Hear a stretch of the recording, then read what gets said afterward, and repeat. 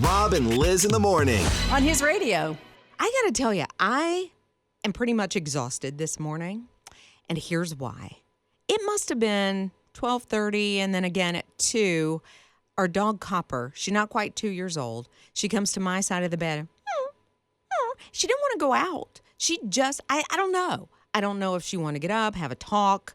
I don't know. So my question, Scott, can you give dogs and cats, is a real question, melatonin?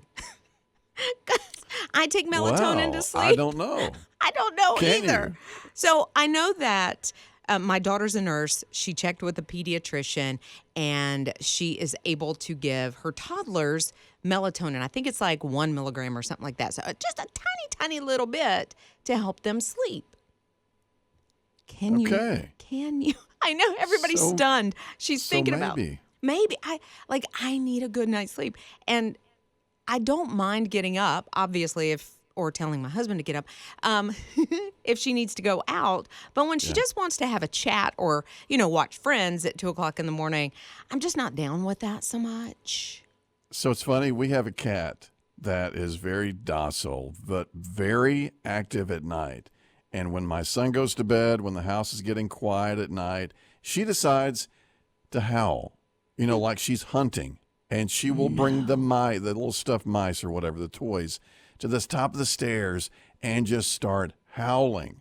And it's so loud. And I'm thinking, I might need to look into this for her because there's a little noise in the house with her. Okay, so we need to know, can you give the fur babies, and this is a real question, I have no idea. Obviously, I don't want to do anything that's going to harm them at all. It's a real question to help her as well as us. You can give your dog melatonin and or Benadryl to help them calm down and sleep. Wow. Okay, I never would have thought of Benadryl. However, Angel texted and she said, my son does give his dog Benadryl, but not every night. And then Melissa said, she texted 800-447-7234. She said, yeah, you can give your pets melatonin. When my German Shepherd was little, I gave it to her at night to help her sleep, and then gave her another one if she woke up in the middle of the night to go potty. So I guess you would take her to potty and then give her another one to, and does it work like it works on humans like me? It takes 20 minutes and then you're just in you just fade off into sleep, and it's so nice. So you gotta know. And see them on their backs, they're just chill. Well, that's the way Copper sleeps anyway. I am waiting to hear if you can give cats melatonin. I have 2 cats, Tucker and Belle. And Tucker likes to sleep through the night beside me on the bed, but Belle usually likes to wake up around 3 in the morning to get petted, and she will headbutt my hand or pick at my hand or nose with her claw to wake me up. So please let me know. Okay, because we've heard about dogs, and some are saying, yes, you can give them melatonin, all this. So Peggy texted, and she said there is a product she found called Calming Well Bites for dogs. It has melatonin, it has B1, B3, different things like that. And so she uses it because there was an incident with a groomer that they were doing the nails and got a little too close to the quick. And so the dog now has some issues and doesn't want to go back, which I completely understand. And so that's what they use. Now we got some more advice off the open mic feature. You can give your dog melatonin. You just can't give them the gummy kind. Now, see, I never thought about that, the gummy kind of melatonin, because that's what my daughter gives her babies on recommendation from the pediatrician. It's like 1 milligram. I didn't know there were gummy melatonins. Oh, yeah. I guess they're, fruit flavored, because the melatonin I take to go to sleep is 5 milligrams. Absolutely no taste except chalk. So a little different. I wonder if I can give a half one to my cat. That would help her. Well, and that's the thing. I think you have to, I know you need to check with the veterinarian and see, okay, what's the dose, depending on how big the cat is. So Charles said you can give them melatonin because their dog hates thunderstorms and literally shakes until you found out you could give them melatonin. So they do that not even just to sleep, but just to get the dog kind of calmed down before the thunderstorms or maybe fireworks or something like that. Chill. Just chill. Rob and Lizz in the morning. On His Radio. So this weekend, we were looking, and my daughter and I were looking for like different trunks or treats and fall festivals. And man, this coming weekend is just full of all of those types of events. And so she's like, but I still need to get costumes for the twins. And I thought, well, it's too late to really make anything because I typically, because I still love to dress up in costume, I like to make my own costumes. And I was Ursula a couple of years ago from The Little Mermaid, and I made that costume, and I love it. It's one of my favorites. Do you make your costumes, Scott, or how does that work? But every year I think back to one of my favorite costumes. Mm-hmm. So back in the 80s, Pac-Man fever. You remember Pac-Man when it came out? There was cereal, the cartoon show, the video game, everything was Pac-Man. So I was like 10 years old. I dressed up as Pac-Man. And back in the day, this was they had the plastic face you would clip to the back of your head. Yes. You couldn't see out of it. No. You couldn't breathe. No. And by, halfway through wherever you were going, your face was dripping because of all the sweat. But I'll never forget that costume because everybody that I knew wanted to be Pac-Man. So we were all Pac-Man that year. Were you different colors at least? No, those were I don't think so. It was all yellow. Yeah, because they were all the little yellow ghosties that were the different colors, right? Yeah. Right. Yeah. So my Ursula, because I'm not an artist. I don't sew or anything, but I figured, okay, I can figure out what a tentacle should look like, and so I cut it out of purple, like a silk material, and then a black backing, and then I stuffed it, and you could tell it was homemade, but at the same time I won a couple of contests, so it's not bad. Nice. But the homemade costumes, I like them so much better than even the ones you buy in the stores, and they tend to really win the costume contest. So I admire people that make their own costume. Yeah. The Pac-Man was the store-bought thing, Oh, and was they have a lot it? of different Yeah. options in the store, but I admire people that can actually be creative and come up with something on their own. That's pretty cool. My youngest daughter was a tube of toothpaste. She had a lampshade on her head, and I took felt and glued it down the side with armholes and felt letters that said toothpaste. And my older daughter was a chocolate kiss. I took silver fabric and put legs in it and stuffed it and tied it up around her neck. that is so cute. That is so cute. That's from the open mic feature on the My His Radio app. David texted, and this is the cutest picture. So if you're watching His Radio Plus, you can see this picture of his 7-year-old son.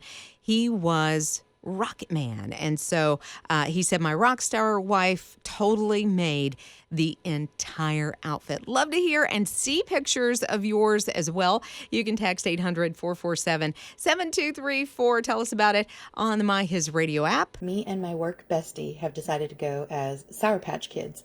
I will be sweet, she will be sour, and we have t-shirts. So on the front it says sweet, and hers says sour, and on the back of both of ours it says gone. Love that so much. That's from the open mic feature. Now, Elizabeth texted, and I guess she handmade sort of. I think you can buy the little dress for it, but her daughter is Audrey Hepburn from Breakfast at Tiffany's. So she's got the black dress and the little pearl necklace, and I think she has a croissant and a cup of coffee. It's super, super cute. So tell us about your costume. Scott, what are you going as this year? I'm going to see if I can do that Pac-Man thing I was talking about earlier. I don't know if they make it or not, but maybe the old Pac-Man, with the plastic face, a little retro thing. Okay. Think they still make those? Well, do you still have yours and does it still fit? No, it doesn't, and I Okay. don't have it, so I'm sure it doesn't fit. Okay. All right, going back to the open mic. Good morning. This is Lauren from Pickens. When my son was about 2, I made his costume. He was the man in the yellow hat from Curious George. And he had a little backpack, one of those leash backpacks that was a monkey. Oh my goodness, that sounds so cute. Love Curious George. Shannon texted, and here's what she made. She said it's her favorite homemade costume for her son, who was 2 at the time. He's 10 now, but she used his pacifier to be a regulator. So he was dressed up like he was scuba diving. She used a Pepsi bottle for the tank, and a dog harness is what she put on him to hold the tank. And so that's ingenious. I'm like, did that come from Pinterest or her own brain? Because that is so cool. Rob and Liz in the morning. On His Radio. Maybe you're looking ahead to the holidays and you're thinking, okay, I want to fly off. I want to see the family, or I'm going to fly my kid home from college, or, whatever the case may be. There is a new way to search for flights. It is on Google Flights, but now you can ask for it to give you the cheapest flight itinerary. But pay attention, because you might have a flight. Let's say you want to fly off to Seattle, Washington. Okay. Normally that might take you, 4 or 5 hours, something like that, across country. If you check the cheapest flight, it literally could be 30 hours, because it's not taking into account the shortest duration. It's not taking into account how many stops it might be. I mean, you could literally have 5 stops. Who knows? You stop in, everybody stops in Chicago or Houston, it seems like, or JFK. So you've really got to pay attention. Okay, how long is this flight? Yes, it only cost me $89, but the flight is going to take, 3 days to get there. So, Scott, would you do it because it's the cheapest? No, see, I'm all about saving money, but there's a point where you need to save your sanity over saving money. Yeah. And that would be the case. Imagine a 30-hour flight or a trip, that takes Right. that long or whatever through all the connections. No. I had a layover in Nashville, and I'm sitting there, and there was a guy next to me, and I heard he had an Australian accent, and we just started a conversation because, you're there, and the flight had been delayed. Mm-hmm. And he said, and I want to say I'm right, it was either 31 hours or 52 hours, I can't remember, that he was going to be, he's like, it takes me 2 days, and I was here for just a couple of days on a work trip. And so he had to go to Brisbane, Australia, but he had all of these places, like he was stopping in Amsterdam, and he was stopping in somewhere else, and all these layovers. And I'm sorry, I'm going to need a nonstop, if you're going to Australia. That's one way to sightsee across the world, with all those stops. But yeah, no. Hey, Liz. So I'm from South Africa, and let me tell you, the trip through Heathrow was absolutely amazing. I've done that trip a few times, and it's actually quite an amazing airport. It's got really good places to eat. So even though you have that little bit of a layover, you're kind of getting a really great experience of just being in London. And you eventually get to South Africa, you land in Johannesburg, and the whole thing is really amazing. Oh, that sounds like a wonderful trip. And the thing is, if you have a long layover, then maybe you can, if it's long enough, maybe you get to go explore the country or the city a little bit. Would you do that, Scott? I would. In fact, we went to Italy a few years ago, and we had a quick stop in, I believe it was Paris, but it was only going to be for an hour. So we really didn't have time to get out and explore. So sometimes those longer layovers are nice. That gives you the opportunity to kind of go outside the airport and sightsee a little bit. We just came back from Spain last week and had a long layover in Frankfurt, Germany. It was a 12-hour layover. They had these things called nap cabs, and you pay $15 an hour. You can sleep. It's just a little bedroom, basically. With air conditioning, quiet music, you pull the shade up, nobody can see you, and you're able to rest. It was amazing. And it sounds amazing. It sounds amazing that if you've got that long layover that you have a place to rest, but $15 an hour.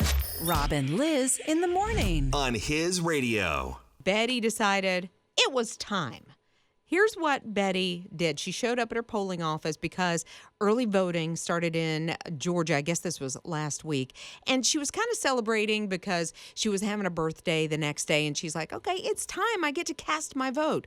So Betty was turning 82 years old the next day. She'd never voted ever before in her life. And you may ask why, because I did. I was like, girl, why had you not voted?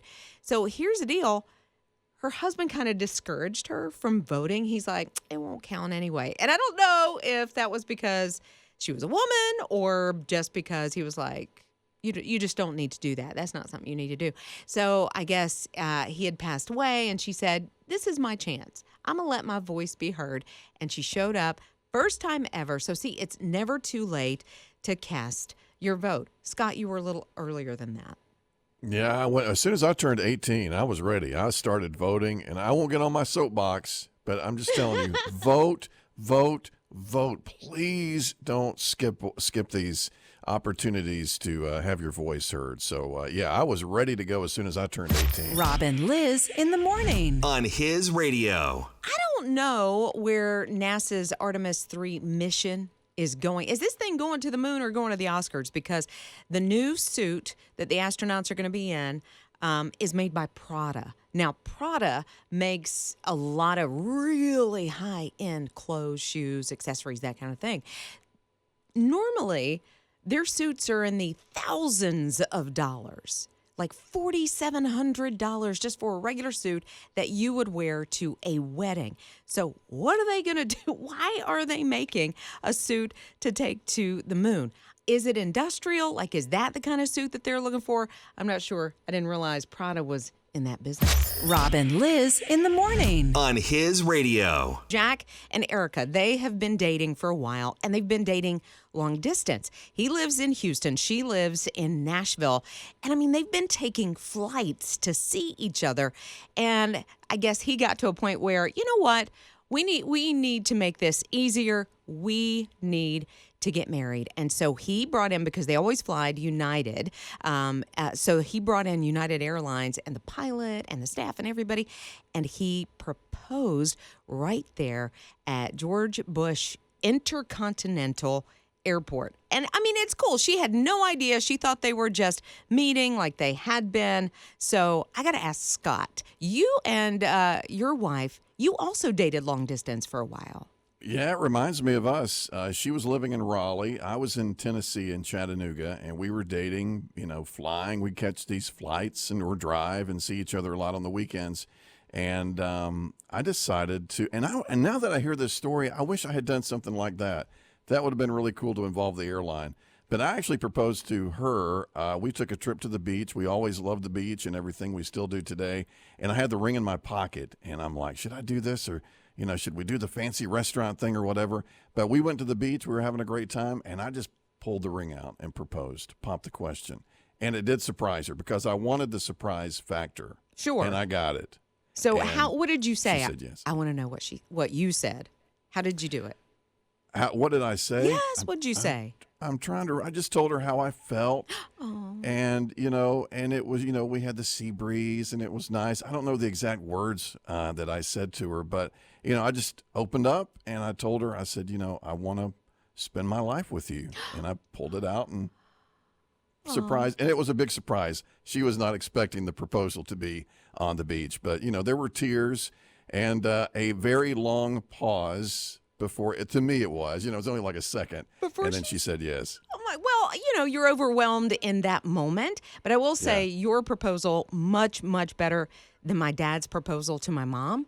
Here are the words he said: "Do you want to clean my house for the next 30 years?" Rob and Lizz in the morning on uplifting and encouraging His Radio. Okay, so how did you meet your spouse? Because it looks like things have changed where you might, you met in school, you fell in love, you had a high school sweetheart, you graduated, you went to college, you got married, just the typical house with the white picket fence kind of thing. And now, today, looks like a lot of people are meeting online. So, Scott, how did you meet your wife? It was at a wedding reception, and I almost did not go to this wedding. I came so close not going because I had just come out of a relationship, ended really sour, and a good friend of mine that I worked with was getting married, and I said, there's no way I can't go.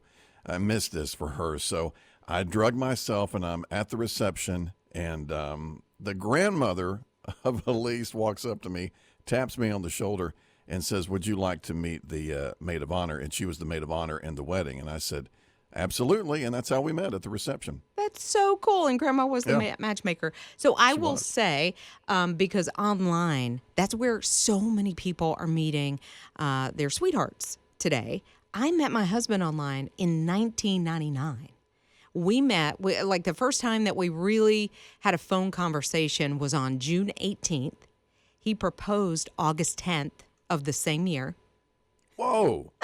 No, August 12th, sorry. And then we were married October 10th of the same year. That is what you call whirlwind. That was a whirlwind. Yes. And that's not something I would recommend if you do meet somebody online, because that's very, very, very quick. But just to see how the trends have changed where, grandparents, parents would set you up, or friends would set you up, or you meet in church, and it's going online.